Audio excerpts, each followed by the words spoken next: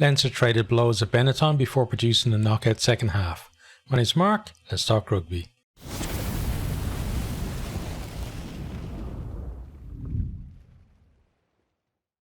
Benetton were the first to strike in the opening couple of minutes. You have some nice handling across the line as they attack off a line out.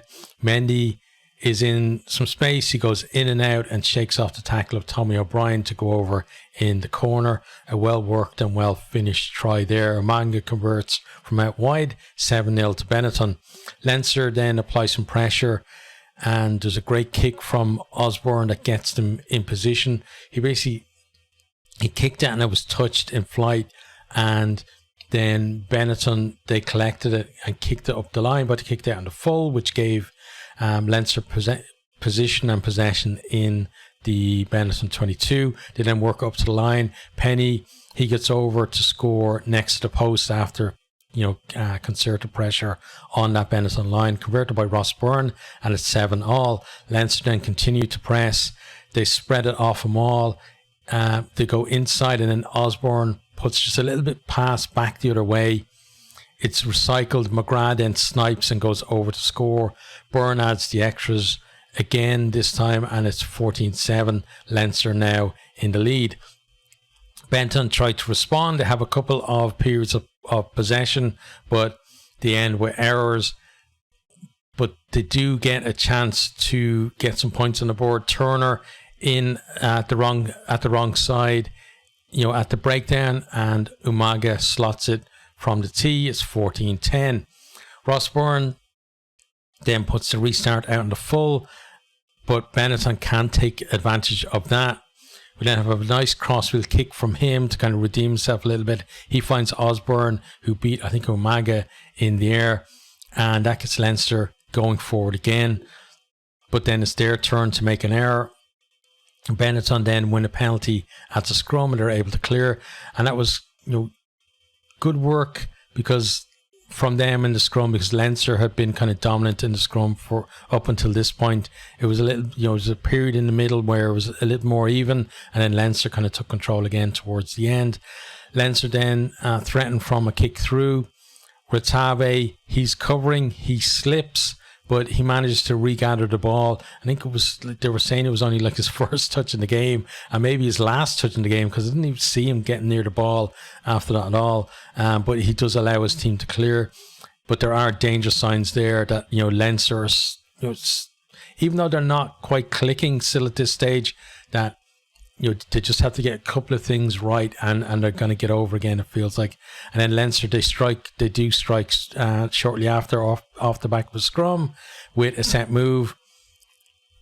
Byrne to O'Brien. We have some nice kind of decoy runs as well in there, and he puts Turner through a hole. Turner came from deep and picked a really good line as well. Then he shows great pace and strength to finish. Byrne converts system for 21-10. Benetton, though, they do hit back before the break. They're set up close to the Leinster line. Abernoz does well in the build-up.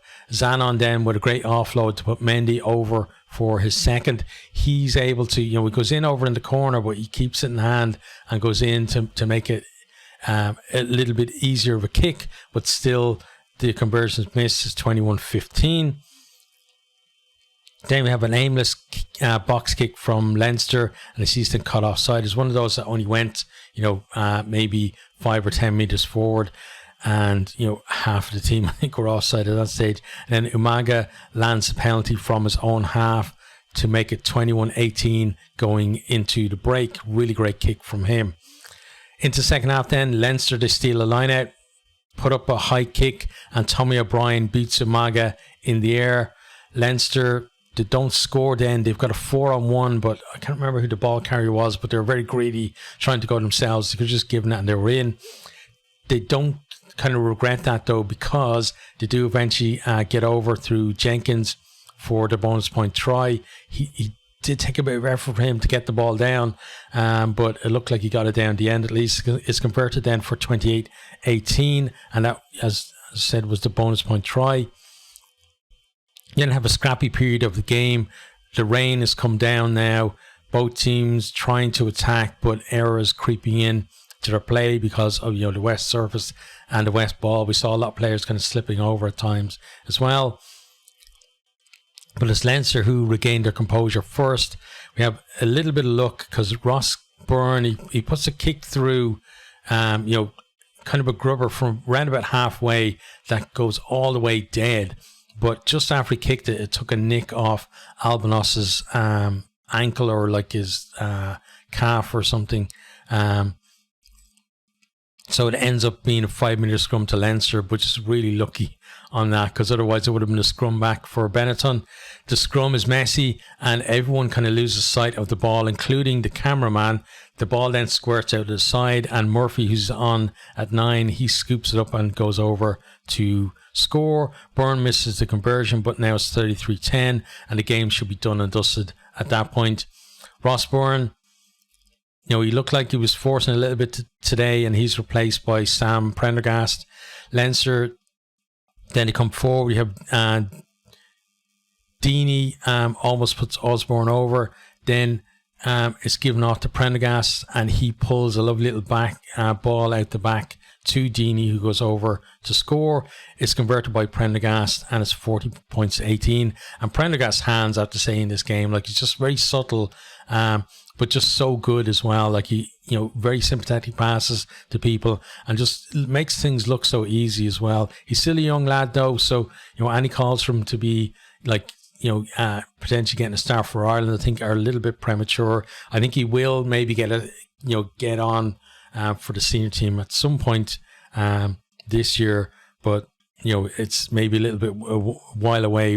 Let's see him a little bit more in blue before we start making judgments on that, I think. But Leinster then do score again after laying siege to the Benetton line. It's Scott Penny gets over for his second this time. Then just before the end, Umaga gets a yellow card right into debt for a deliberate knock-on as Leinster were breaking. Leinster can't make anything of the penalty, and a full-time score is 47-18.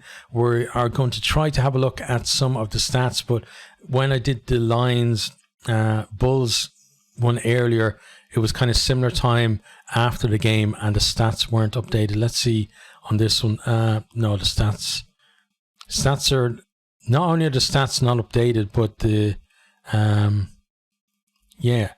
they've got Leinster with only 4 tries. Leinster scored 7 tries, right?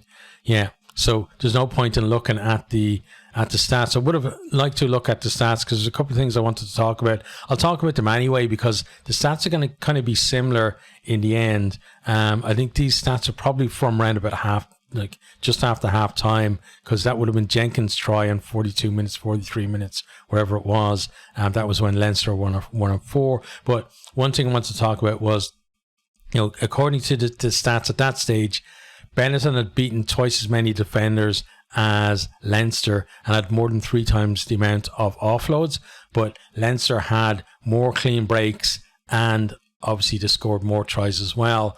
And it's just something about that too, is one, in terms of offloads, that sometimes offloads don't have the impact that maybe you think they're going to have, and I think this is a case here where Benetton like double figures in offloads, but not really getting any anything out of them. Obviously they did for one of their scorers, but in terms of having that many more than Leinster, you'd think that they would have more clean breaks, etc., and more chances to score tries, but not really for them.